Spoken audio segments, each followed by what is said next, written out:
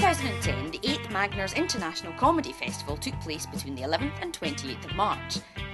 The festival attracted a massive variety of top-quality comedy acts to the city. All over the city, street banners show the city's apparent excitement. But what does the festival do for Glasgow? I think the festival benefits Glasgow in a number of ways. I mean, first of all, it offers the people who live here a really good programme of comedy entertainment. You know, over 300 shows, over 100,000 tickets. But more importantly, I think it provides a really good reason for people to come and see Glasgow, and for people to visit, and you know, to come and see the comedy festival shows, and then stop off and see some of the other wonderful things the city has to offer as well. So it's helping to put Glasgow on the map as, you know, frankly, one of the coolest cities in the UK, one of the coolest cities in Europe. Because it's the only city in the world that actually has, well, I mean, Melbourne has, but it's the only city in Britain that I know that has actually a comedy festival that's been going for so long, and it is the best because it's Glasgow. And what more can I say? Really, because the Stand Comedy Club, which opened in Glasgow in 2000, was a much bigger success than anyone thought it was going to be.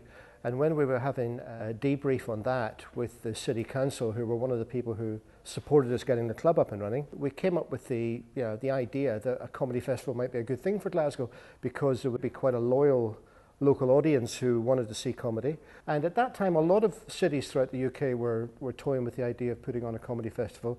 And we thought we should do it too, because Glasgow in many ways has got a wonderful pedigree to be able, and a wonderful right to be able to claim to have the UK's largest comedy festival, which we've now become. There are people in the world worse off than me. Me, who's my dinner sat alone sitting in the window of KFC. It's a slightly better quality of chicken in there. It's about 10p more for the two-piece meal, a bit more cash to flash than those chicken cottage idiots I pity them.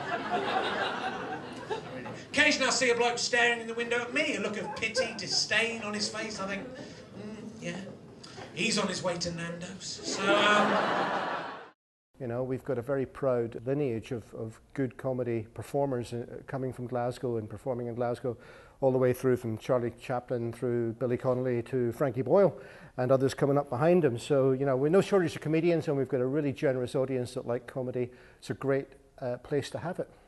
So I'm joined here by Johnny Beattie, Stanley Baxter and the late Jimmy Logan. Good evening. Wee Jimmy Frankie's doing there, but you can't see him, he's very small. Steady on now. Well, we did the first comedy festival way back in 2003, initially as a pilot to see if it would work, just for never knowing if we would go on with it, to be honest. And it worked very well, and here we are 8 years later. We used to have a poltergeist around our house. He used to spill things over, knock things over, and spill things everywhere. I say poltergeist. Turned out just to be a really fat, clumsy ghost. We had it exorcised. Lost weight and left us for a better-looking family. So far, we've managed to raise the bar every year, and each festival has been bigger than the one before. I don't know if that can keep going forever, but we keep on trying. You know, we may be making it difficult for ourselves, but this year, 2010, looks like it's going to be a record year, and we're already setting our sights on making 2011 bigger. 2010, as a record year, showed a massive number of tickets sold. Over 81,000 tickets were sold for shows on the Magners International Comedy Festival 2010.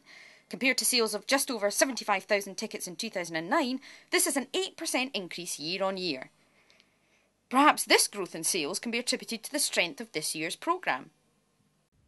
We try to do two things. We try to bring the best in the world to Glasgow, and we also try and show the rest of the world what Glasgow's got to offer in terms of its performers, and we've got no shortage of good people here. And a lot of the shows in the programme are homegrown shows that are provided by Glasgow comedians and Glasgow promoters putting on the gigs as well. So, you know, it's quite a good showcase to the rest of the world. For the second year running, we've brought comedians over from New York to do an American showcase, which is supported by Continental Airlines, who put up the air tickets to bring them over. And we always try and do a little preview in New York to raise awareness of that as well. So we did that actually on St Andrew's Night back in the end of November in the Gotham Comedy Club in New York, which is one of the biggest and most famous comedy clubs in New York City. They worked with us and we put on a show. Craig Hill went over to host that on St Andrew's Night with his black leather kilt and everything. And we basically put on people in the programme there who were coming over to do a show in March at the comedy festival. Again, really successful night, lots of good write-ups in the Village Voice and Time Out New York and things like that. So it's all helping to build the awareness and spread the word. As well as a fantastic lineup of events, the Magners Glasgow International Comedy Festival boasts a diverse selection of venues. When the festival started in 2003, there were 14 venues. In 2010, there were 45. Even more, I mean, we think there's the potential for this festival still to double in size and to be, you know, not just the biggest comedy festival in Europe, which it already is, but probably to be the biggest one in the world.